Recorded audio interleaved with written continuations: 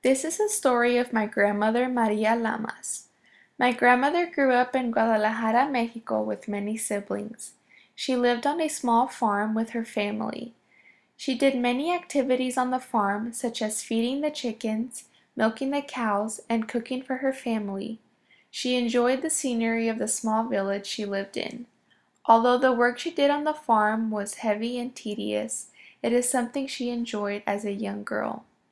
One of the main but tragic events in her life was her mother passing away during her teenage years.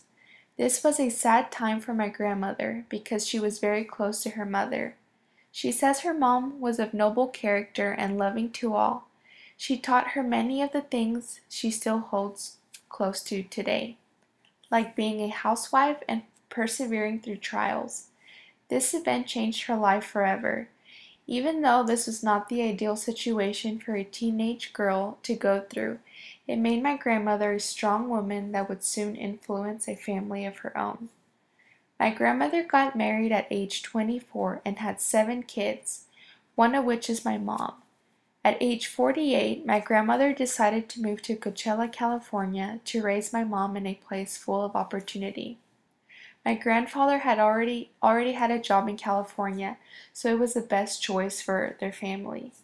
My mom, along with her siblings, finished school and went on to pursue her career.